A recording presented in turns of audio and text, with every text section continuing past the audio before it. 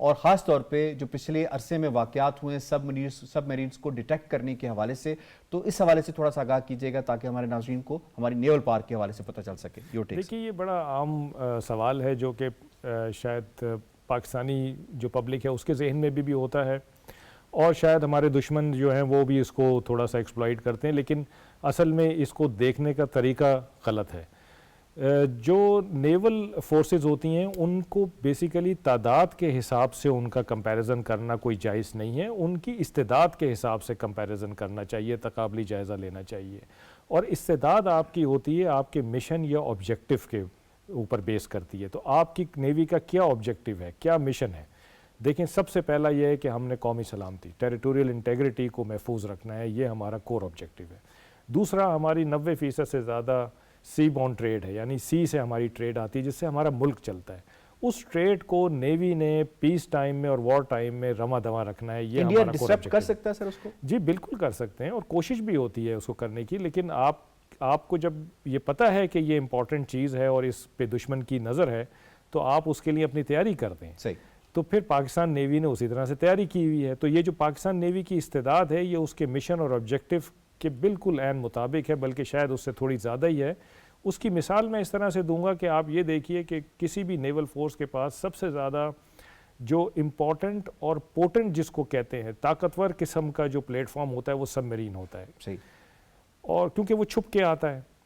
پچھلے 7 سالوں میں پاکستان نیوی نے انڈین نیوی کی 4 دفعہ سب میرین پکڑی ہے اور اس کو جانے دیا ہے بجوز اس کے کہ اس کو یعنی آپ کہنا چاہ رہے ہیں کہ ہمارے پانیوں میں آئی ہے اور اس کو ہم نے ڈیٹیکٹ کیا ہے. Is it normal? یہ ویسے اگر دوسری نیول جو پارز ہیں ان کے ساتھ کمپیریزن کیا جائے تو یہ کیا بتاتی ہے؟ دیکھیں یہ ایک تو ان کی نالائکی بتاتی ہے اور ہماری کامیابی بتاتی ہے، ہماری صلاحیت کو اجاگر کرتی ہے کہ آپ کے پانی کے قریب آئی ہے وہ، آپ نے اس کو ڈیٹیکٹ کیا ہے اور اس کو واپس جانے میں مجبور کر دیا ہے، اس کے باوجود کہ آپ اس کو مار سکتے تھے.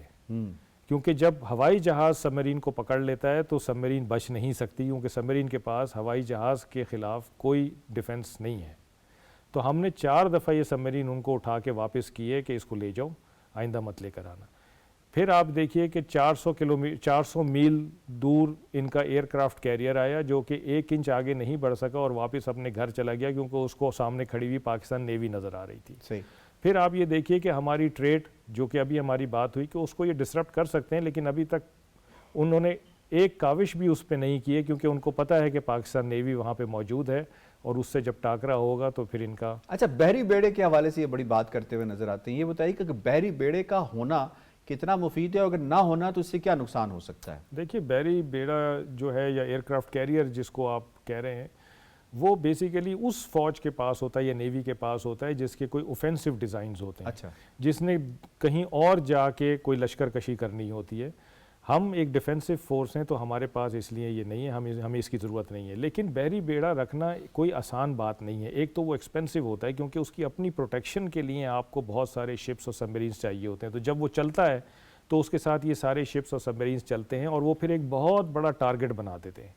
تو اگر بحری بیڑا آتا ہے تو پاکستان نیوی کے لیے ایک بہت اچھا بڑا ٹارگٹ مل جاتا ہے جس کو وہ لے سکتی ہے. پھر بحری بیڑے کا اصل کام ہوتا ہے کہ اس نے ہوائی جہاز اپنے اوپر سے اڑانے ہوتے ہیں.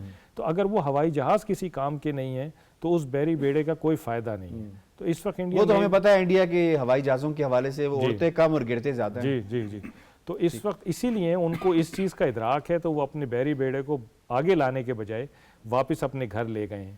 اور پہلے بھی اس طرح ہو چکا ہے کہ غازی سب میرین نے ان کے ایئر کرافٹ کیریئر کو ہاربر میں بند کر دیا تھا، پوری جنگ میں باہر نکلنے نہیں دیا تھا. تو یہ تو ہماری ہسٹری ہے. تو ہم اپنی جو ذمہ داریاں ہیں جو ہمارے آبجیکٹیوز ہیں ان کے حساب سے اپنی تیاری ٹھیک ہے. لیکن ہماری ہسٹری میں آپریشن دوارکا بھی ہے جو ان کو نہیں بھولنا چاہیے. میں ہمایوں صاحب آپ کو انوالو کروں گا. ہمایوں صاحب بتائیے گا ایل او سی کے اوپر کل وزیر اطلاعات جو ہیں وزیر اطلاعات اپنی مکمل جو فورن میڈیا تھا اس کو بھی لے کر گئے اور جو نیشنل میڈیا اس کو بھی لے کر گئے.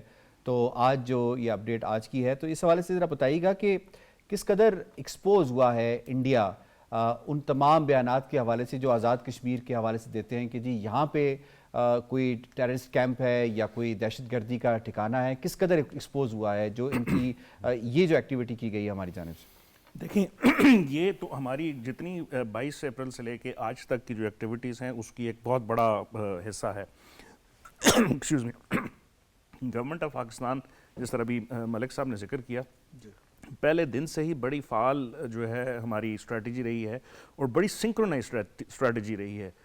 گھر پہ بھی اور پھر جو ابراڈ ہمارے مختلف جو مشنز ہیں, اور یونائٹڈ نیشن کے اندر بھی آج جو ہے سیکیورٹی کونسل کے اندر ہمارا ایک اجلاس ہونے والا ہے جس میں پاکستان کے جو ہمارے انوائے ہیں وہ ان ممالک کو آگاہ کریں گے موجودہ صورتحال سے.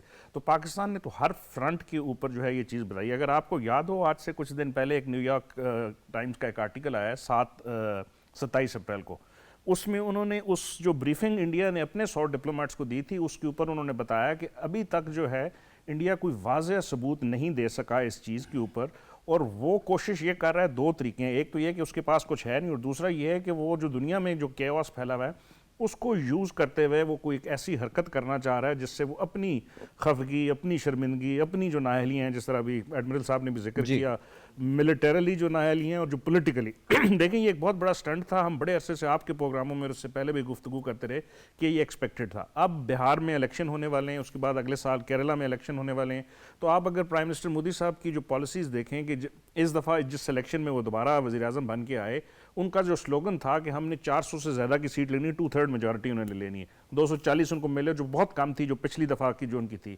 تو ان کی جو ایک پولیٹیکل جو آپ سمجھیں فیلئر ہے یا جو ان کی نااہلی, اس کو ہم زیادہ اس کو ایپٹ کہیں گے اگر ہم اردو میں کہیں, اس کو اب چھپانے کے لیے ایسی حرکت کرنا تھا جو ہم بڑی عرصے سے ایکسپیکٹ کر رہے تھے. اور کشمیر چونکہ ہم دیکھ رہے ہیں 2019 سے لے کے دنیا کی سب سے بڑی ایک جیل قرار دے دی گئی ہے, انٹرنیٹ کی بندش ہے, ہیومن رائٹس کی خلاف ورزی ہے, اور نہ صرف مسلمانوں کے خلاف بلکہ وہاں پہ جو اور ہماری صاحب sorry to cut you here کہ میں تھوڑا سا اپنے ناظرین کو بتا چلوں کہ جیل کیوں قرار دیا جا رہا ہے. 7 لاکھ انڈین آرمی ہے, اس کے ساتھ پیراملٹری فورسز ہیں, جموں کشمیر پولیس ہے, CRPF ہے, اور اس کے بعد ان کے ولیج ڈیفنس گونز ہیں. یہ پوری تعداد اگر بلائی جائے تو یہ 10 لاکھ سے زیادہ بنتی ہے. تو انڈین جو ملٹری ہے, جو انڈین فوج ہے, اسٹینڈنگ آرمی ہے, وہ 7 لاکھ کے قریب. جی, اور یہ بڑا اہم ابھی جو ہے نا آپ نے نقطہ اٹھایا, اس کے اوپر اب انڈیا میں بھی گفتگو بڑے تیزی سے چل رہی ہے کہ وہاں پہ کہا جا رہا تھا کہ جو Indian illegally occupied Jammu and Kashmir کا علاقہ جو ان کے پاس ہے, وہ کہہ رہے تھے کہ جی وہاں بہت ہی چین ہے, ہماری 10 لاکھ کی فوج ہے, ٹورزم بالکل عام ہو چکا ہے, سیکورٹی بڑی کلیئر ہے. تو اگر یہ ان کے اوپر سوال اٹھایا جا رہا ہے کہ اگر یہ چیز ہو سکتی ہے وہاں پہ, اگر 26 جو ہے قیمتی جانوں کا جو ہے نقصان ہو سکتا ہے, تو یہ کس قسم کی پالیسیز ہے؟ اس کے اوپر پاکستان کی طرف سے بھی کئی دفعہ ہم ان سے پوچھ سکتے ہیں کہ اگر آپ سمجھتے ہیں وہاں پہ جس ٹیررزم آرگنائزیشن ہے, انہوں نے جو ریزسٹنس فرنٹ کا ذکر کیا, انہوں نے اپنا بیان دے دیا کہ جی ہماری ویب سائٹ ہیک ہوئی تھی اور یہ ہم نے نہیں کیا. تو اب یہ سوال بڑا اہم ہے کہ آج جو ہے نا 11-12 دن ہونے کو آئے ہیں, کوئی ایک ثبوت نہیں وہ فراہم کر سکے. جو 2-4 چیزیں انہوں نے دی, AI کے ذریعے انہوں نے ایک تصویر نکال تو ہمایوں صاحب جو ان کے پاس ٹائم ونڈو تھی, کیا وہ آؤٹ اب ختم نہیں ہو چکی؟ دیکھیں سچویشن از کیونکہ آپ تو دیکھیں AI سے کوئی بھی ونڈو بنا لیں گے, کوئی بھی ویڈیو بنا لیں گے, کوئی بھی چیز سامنے لے آئیں گے, جس طرح ان کا ایک طریقہ کار ہوتا ہے. اتنے دنوں کے بعد تو کچھ بھی ہو سکتا ہے. دیکھیں اس کو جو انٹرنیشنل ریلیشنز کے ایکسپرٹ ہیں وہ پرائم منسٹر مودی کو کہہ رہے ہیں یہ کمٹمنٹ ٹریپ ہے. انہوں نے ایک اوور کمٹمنٹ کر لی اپنی عوام کے ساتھ. ڈاکٹر موئی یوسف نے یہ استعمال کیا, ڈاکٹر موئی یوسف نے ایک جھوٹ کے ذریعے انہوں نے یہ بتا دیا. اب اس جھوٹ کو جو ہے ثابت کرنے کے لیے کچھ نہ کچھ ان کو کرنا پڑے گا. یہی وجہ ہے کہ انہوں نے اپنے جو فارمیشن کمانڈرز تھے, یہ جو ملٹری لیڈرشپ تھی, ان کو کہا کہ ہم آپ کو اجازت دیتے ہیں کہ آپ کوئی موقع دیکھ کے فیصلہ کر لیں. ایک تو یہ ہے کہ میں تو اس کو ایک طرح سے اچھا ایک جمہوری ملک میں کیا ایسے ہو سکتا ہے؟ نہیں, بالکل نہیں ہو سکتا. اور انڈر نیوکلیئر امبریلا, دو جو نیوکلیئر کیپیبل کنٹریز ہیں, اس میں ایسا کوئی بھی ایکشن یونیلیٹرلی ایک ملک کا دوسرے ملک سے اٹھانا بغیر رسک کے نہیں ہو سکتا. کچھ بھی ہو سکتا ہے. اور جب یہاں پہ اس قسم کی کوئی چیز ہوتی ہے تو وہ ریٹیلیٹری جو اٹیک ہو سکتا ہے, اس کے اوپر کوئی انٹرنیشنل ریلیشن کی تھیوری کام نہیں کرے گی, کیونکہ جب ایک چھوٹے ملک کے اوپر جس کی سالمیت کو خطرہ ہوگا تو وہ کچھ بھی کر سکتا ہے. تو یہ تو ایک بڑا آسان ہے کہ یہ رسک فیکٹر ہے ہی ہے. اگر انڈیا نے ایسی کوئی بھی جارحیت کرنے کی کوشش کی, اس کا ایک بڑا مثبت اور ایک ایسا جواب مل سکتا ہے جو شاید پھر کسی کے لیے اچھا نہ اور پورے خطے کے لیے نقصان دہ ہو. تو یہ بات تو ہم بڑی کلیئرلی بتا سکیں. ابھی آپ نے جو ایڈمرل صاحب سے بھی پوچھا, ہم یہ دوسرا ابدالی کے بعد اب ہم نے جو ہے فتح کا ٹیسٹ کیا ایکسرسائز انڈس کے اندر, تو پاکستان اپنی جو ہے ٹیکنیکل اور ملٹری پریپیئرڈنس جو ہے اس کا اظہار کر رہا ہے اور بتا رہا ہے کہ آپ نے اس طرف کسی بھی اگر جارحیت کرنے کی کوشش کی تو ہم اس کا جو ہے بھرپور جواب دینے کی صلاحیت رکھتے ہیں. اور اچھا یہ جو اب نیوی کا اور ایئر فورس کا سوال کر رہے تھے, ملٹری کا بھی ایگزیکٹلی ایسی ہے. جس طرح ہم دونوں ملک اتنے قریب اور اتنا بارڈر ہے, تو وہ اس فوج کا کوئی وہ باوجود اس کے کہ وہ ہم سے ڈبل ان کی وہ ہے، لیکن اس کے علاوہ انہوں نے اور بھی کئی فرنٹ کھولنی ہیں. وہ چین کے ساتھ جو ہے گلوان سے لے کے ابھی تک وہاں پہ لگے ہوئے ہیں، بہت سارا بارڈر اس سائڈ پہ جو ہے وہ بنگلہ دیش والا معاملہ بھی کھول گیا. اچھا آپ خطے میں امریکہ جو ان کی کوشش تھی انڈیا کی کہ ہم جو ہے نا خطے کا ایک بہت بڑا ملک بننا چاہ رہے ہیں، خطے کے کسی بھی ملک کے ساتھ ان کے تعلقات اچھے نہیں ہیں. آپ کوئی بھی نیبر ان کا دیکھ لیں، بنگلہ دیش کے ساتھ انہوں نے جو 40-50 سال کی اتنی بڑی اپنی ڈپلومیٹک سکسیس کہتے تھے، اب وہ دیکھیں بنگلہ دیش اور سری لنکا دونوں کے ساتھ. اب بنگلہ دیش کے جو ایک ریٹائرڈ میجر جنرل ہیں، انہوں نے کل پرسوں اگر آپ نے وہ دیکھا ہو تو بڑا سٹیٹمنٹ دی، جو کہ ان کے سی ای او کے بڑے قریبی ساتھی سمجھے جاتے ہیں، میجر جنرل عالم فضل الرحمان، کہ اگر انڈیا نے پاکستان پہ حملہ کرنے کی کوشش کی تو بنگلہ دیش کو چین کے ساتھ مل کے جو نارڈرن سٹیٹس ہیں وہاں پہ قبضہ کر لینا چاہیے. بڑی تکلیف ہوئی ہے ان کے اس بیان سے. تو یہ اب آپ کو اس ملک کی فورن پالیسی کا اندازہ لگانا چاہیے جو چاہتا ہے کہ خطے میں ایک بڑے بھائی کے طور پہ ابھرے، اس کا کوئی بھی چلیں میں کوئکلی ذرا ملک منظور صاحب کے پاس بھی جاتا ہوں. ملک منظور صاحب یہ فرمائیے گا کہ اس وقت تک انڈیا جو ہے عالمی سطح کے اوپر اپنا بیانیہ کیوں نہیں منوا سکا اور بنا سکا؟ دیکھیں جس طرح ہمایوں صاحب نے کہا نا کہ واحد انڈیا اس خطے کے ایک ایسا ملک ہے جس کے ہمسایہ یا سارک ریجن کے جو کنٹریز ہیں سب کے ساتھ ہی سفارتی سردموری کہہ لیں، کشیدگی، تناؤ وہ چل رہا ہے. اس کی وجہ یہ ہے کہ بھارت نے ہمیشہ جیسے ہم کہتے ہیں ریجن کی جو سٹیبلٹی ہے اس کو ڈی سٹیبلائز کرنے کی کوشش کی ہے. تو اسی طرح ان کی جو فورن پالیسی ہے، ایک تو یہ کہ جو مودی سرکار کی پالیسی ہے وہ اینٹی مسلم ہے. تمام ان کو جو سیاست ہے اس کا جو محور و مرکز ہے وہ مسلم دشمنی اور جاہلیت پسندی پہ بنی، اور یہی وجہ ہے کہ اب انڈیا کے اندر سے بھی آوازیں ان کے خلاف اٹھنا شروع ہو گئی ہیں. وہاں بھی لوگ سراپا احتجاج ہیں، وہاں لاکھوں جو کروڑوں مسلمان وہاں رہتے ہیں، اقلیتیں ہیں، منورٹیز ہیں، ان کے ساتھ جو ان کا رویہ ہے ہیومن رائٹ وائلیشن ہے. مقبوضہ کشمیر میں جس طرح کی انہوں نے ایک ریاستی دہشت گردی کا وزارت سرب کرا ہوا، تو اسی طرح ایک فلیش پوائنٹ ہے جس طرح کشمیر کی ہم بات کرتے ہیں کہ پوری دنیا کو یہ باور ہو چکا ہے کہ بھارت جو ہے وہ اسٹیٹ ٹیررزم کی جو فرمولہ ہے اس پہ کاربند ہے، اور اکثر ممالک میں ان کے جو نیٹ ورکس ہیں راہ کے دہشت گردی کے حوالے سے وہ سرگرم ہے. تو ان کی جو پالیسی ہے، جو فورن پالیسی ہے، پوری طرح ناکام ہو گئی ہے. دیکھیں پاکستان کو ڈپلومیٹک فرنٹ پہ آئسولیٹ کرنے کے لیے بھارت کئی دہائیوں سے سرگرم ہے، ہم دیکھ سکتے ہیں. لیکن آپ دیکھ سکتے ہیں کہ بھارت خود پریکٹیکلی خود سفارتی محاذ پہ آئسولیٹ ہو گیا. اور اس کا بہت بڑا ثبوت یہ ہے کہ پاکستان کے انٹرنیشنلی جو ہمارے تعلقات ہیں دنیا کے ساتھ وہ بڑھ رہے ہیں. اور جس طرح یہ پہلوام کا جو سانحہ ہوا اس کو ایکسپلائٹ کرنے کی بھارت نے کوشش کی کہ پاکستان کو بین الاقوامی سطح پر وہ ڈپلومیٹک فرنٹ پہ آئسولیٹ کر دے.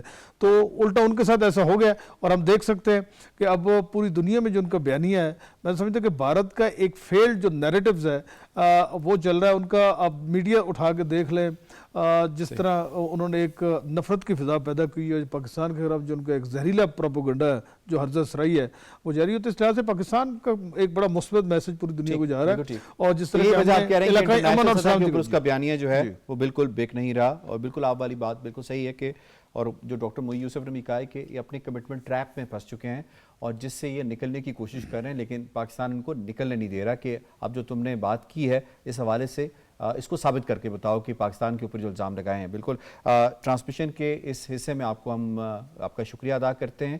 یقیناً یہ ٹرانسمیشن کا سلسلہ جو ہے وہ جاری و ساری رہے گا. کچھ دیر کے بعد حاضر ہوتے ہیں ٹرانسمیشن کی ایک نئے سلسلے کے ساتھ رہیے گا.